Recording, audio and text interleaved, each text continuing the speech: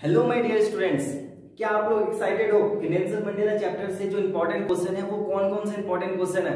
तो इस वीडियो में मैं आप लोगों को बताने वाला हूं कि वो कौन कौन से इंपॉर्टेंट क्वेश्चन है जो आपके बोर्ड एग्जाम 2021 में बहुत ज्यादा मायने रखने वाले हैं।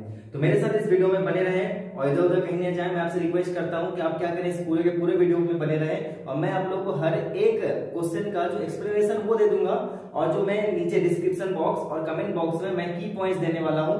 आप इसके जो आंसर्स है ना, आप वहां से इसको लिख सकते हो। तो without wasting more time, let's get started.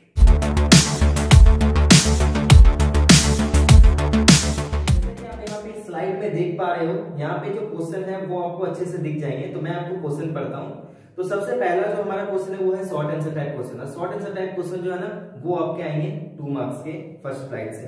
तो पहला क्वेश्चन है, what are the twin obligations Nelson Mandela talks about in his speech. तो नेल्सन मंडेला जब प्रेसिडेंट बन रहे होते हैं तो उस समय जब वो स्पीच देते हैं ना, उसमें उन्होंने 2 ऑब्लिगेशन के बारे में बताया था। ये बहुत ज्यादा इंपॉर्टेंट क्वेश्चन है। तो वो 2 ऑब्लिगेशन क्या थे? तो इसके आंसर क्या होगा कि सबसे पहला ऑब्लिगेशन एक इंसान का ये होता है कि वो अपने फैमिली, वो अपने बच्चे और अपने वाइफ की ओर वो क्या करे, सब कुछ समर्पित करे। ठीक है, उसकी ओर वो डेडिकेटेड रहे। और सेकेंड ऑब्लिगेशन क्या होता है, सेकेंड ड्यूटी एक इंसान का क्या होता है, उसके कम्युनिटी, उसका कंट्री और उसके पीपल की ओर। ठीक है। Second, what was the dream of Nelson Mandela for the future of South Africa. तो साउथ अफ्रीका के लिए नेल्सन मंडेला का ड्रीम क्या था? तो नेल्सन मंडेला जो थे ना, जब वो प्रेसिडेंट बन रहे थे तो वो बहुत ही एडवर्स सिचुएशन से होकर आए थे और उनका ये मानना था, उनका ये कहना था कि आज के बाद इस साउथ अफ्रीका के धरती पे कभी भी किसी भी तरीके से कोई भी इंसान को डिस्क्रिमिनेट नहीं किया जाएगा।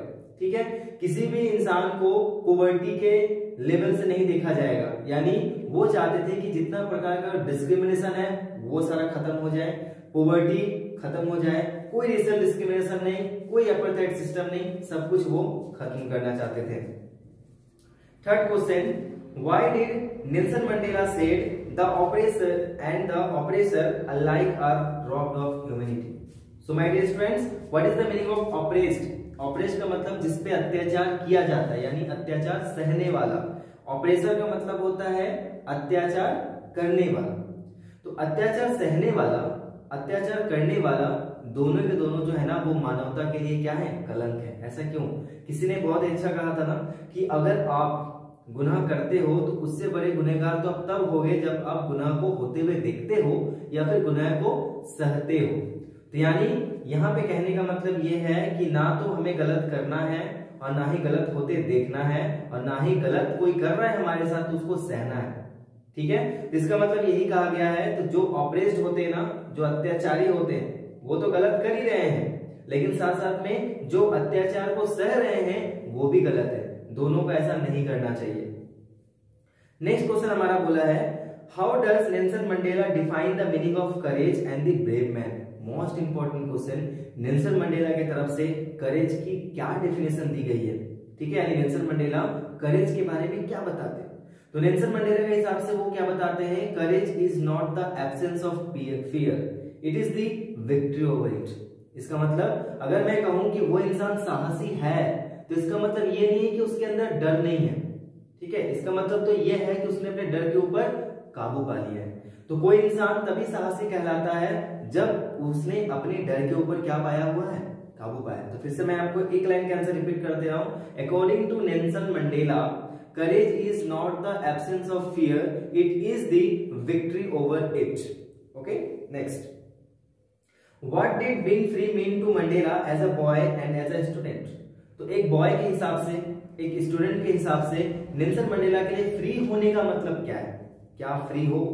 तो बॉय के हिसाब से उनका मतलब ये था कि अगर वो एक बॉय है तो उनको कहीं भी जाना आना में कोई भी रोक टोक नहीं होना चाहिए। ठीक है, अगर वो एक स्टूडेंट है तो वो कहीं भी जाकर पढ़ सकते हैं, अपने मन के हिसाब से पढ़ सकते हैं, उनको जो मन करे वो पढ़ सकते हैं, उनको जितना देर मन करे वो बाहर रह सकते हैं। लेकिन नेल्सन मंडेला से या फिर उनके लेवल के लोगों से इन सारी जो राइट्स है ना इसको छीन लिया गया था। ठीक है, next, why was the 10th May 1994 a red letter day in the history of South Africa. जैसे कि हमारे इंडिया में है ना 15th August is a red letter day for all of us, तो वैसे ही साउथ अफ्रीका के लिए भी एक रेड लेटर डे है, वो है 10th May 1994। ऐसा क्यों? क्योंकि लगभग 2 to 300 सेंचुरीज तक, सॉरी 2 to 300 ईयर्स तक जो व्हाइट पीपल लोग ब्लैक पीपल पे जो राज करते थे ना, उन पे जिस तरीके से टॉर्चर करते थे, जिस तरीके से वहां पे एपार्थाइड सिस्टम चल रही थी, इन सभी का जो अंत हुआ वो कब हुआ? 10th May 1994 को, जब नेल्सन मंडेला साउथ अफ्रीका के प्रेसिडेंट बने। तो इसीलिए यहाँ पे कहा गया है कि 10th May 1994 जो है वो साउथ अफ्रीका के लिए इसीलिए इंपॉर्टेंट था क्योंकि वो जो दिन था उस दिन सारा एपार्थाइड सिस्टम, सारा डिस्क्रिमिनेशन, सब कुछ का उस दिन क्या हुआ? अंत हुआ, और जो सच्चाई थी उसकी जीत हुई।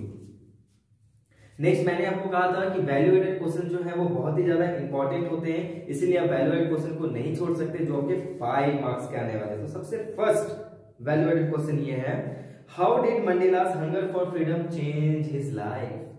तो मंडेला का जो हंगर फॉर फ्रीडम था ना, उसने उनके लाइफ को कैसे चेंज कर दिया? तो सिंपल सी बात यह है कि नेल्सन मंडेला जो है ना, वो बचपन से ही उनके अंदर हंगर फॉर फ्रीडम नहीं था, ठीक है।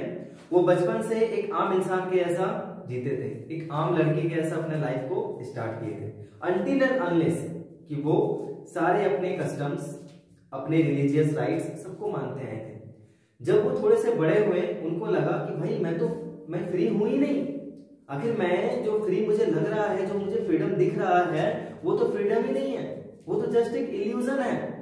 मैं, मेरे फ्रेंड्स, मेरे भाई बहन, कोई भी फ्री बिल्कुल नहीं है। तो उसके बाद से उनके अंदर ना एक हंगर फॉर फ्रीडम जागा, यानी आजादी की भूख, हमें आजाद होना है। जैसे कि महात्मा गांधी के अंदर जागा था ना कि हमें इस देश को आजाद करना है, वैसा ही भूख जागा नेल्सन मंडेला के अंदर। और धीरे धीरे जब उन्होंने देखा कि अगर मेरे लोग फ्री नहीं है तो मैं भी फ्री नहीं हूं, और जब मैं ही फ्री नहीं हूं तो क्यों ना मैं सबको फ्री करूं।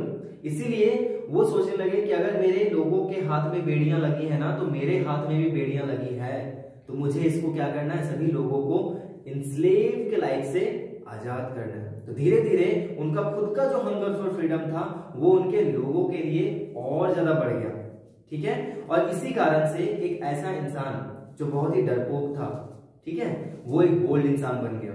एक ऐसा इंसान जो अपने फैमिली से बहुत ज्यादा प्यार करता था, फैमिली के साथ रहता था, वो अपने घर को छोड़ दिया। एक ऐसा इंसान जो लॉ को मानता था, यानी हम बोल सकते हैं लॉ अबाइडिंग पर्सन, उन्होंने क्या किया? लॉ को तोड़ा और कानून के खिलाफ चले गए, और जाकर बहुत बार क्रिमिनल के हिसाब से उनको जेल में बंद करके रखा गया। 27 ईयर्स तक वो जेल में रहे। वो बहुत सारे स्ट्रगल्स रहे, वो बहुत सारे मेंटल और फिजिकल टॉर्चर से भी गुजरे, और तब जाकर उनको क्या मिला? सक्सेस मिला, ठीक है। तो आपको इसी को क्या करना है? बनाकर लिख देना है। Next and last question, describe the value of freedom for the human beings and how it is important for the growth of civilisation and humanism as described in the lesson Nelson Mandela long walk to freedom. तो आपको तो पता ही है ना कि freedom word ही हमें कितना प्यारा है। कोई भी ऐसा इंसान नहीं होगा, या फिर कोई भी ऐसा जीव नहीं होगा जो फ्री नहीं रहना चाहता होगा। और हम मनुष्य क्या करते हैं? हम इंसान क्या करते हैं? जो भी हमें पेट अच्छा लगता है उसको पकड़ कर रख लेते हैं। कोई पैरट अच्छा लगा, उसको पकड़ कर रख लिए। तो हम क्या कर रहे हैं? किसी और के फ्रीडम को छीन कर सोच रहे हैं कि हम खुश हैं, जबकि ऐसा नहीं है। अगर हम किसी और के फ्रीडम को छीन रहे हैं तो हम खुद फ्री कभी नहीं हो सकते। तो यही यहाँ पे कहा गया है कि फ्रीडम की वैल्यू क्या होती है, वो तो उससे पूछो जो हमेशा गुलामी करते आया है, ठीक है। अगर मैं बोलूं कि पैसे की वैल्यू किसको पता होगी, तो पैसे की वैल्यू उसी को पता होगी जो बहुत खराब फाइनेंशियल कंडीशन से उठकर आया होगा, ठीक है। अगर मैं बोलूं एक रोटी की कीमत किसको पता होगी, तो वो इंसान जो कभी भूखा ही ना रहा हो, उसको क्या पता होगा कि एक रोटी की वैल्यू क्या होती है। एक ऐसा इंसान जो कभी प्यासा ना रहा हो, उसको क्या पता होगा कि एक बूंद पानी की कीमत क्या होती है। तो वैसे ही जो इंसान, जिस इंसान से फ्रीडम कभी लिया ही ना गया हो, उसको पता क्या होगा कि आखिर फ्रीडम क्या होता है। तो एक इंसान को अपने लाइफ में कुछ भी अचीव करने के लिए, प्रोग्रेस करने के लिए, डेवलपमेंट के लिए फ्रीडम होना जरूरी है। अगर हम उस पर फ्रीडम को कटेल करते हैं तो वो कभी आगे नहीं बढ़ सकता। ठीक है, इसको आपको ऐसे ही बनाकर लिखना है। And all the best guys for your examination. Wish you all the very best from my heart that you will get good marks in your English subject. And thank you so much for watching this video, and if you liked it, share with your friends, and don't forget to subscribe to my channel for this type of upcoming videos on the important question from all the chapters. And thank you once again for watching this video. See you in the next one.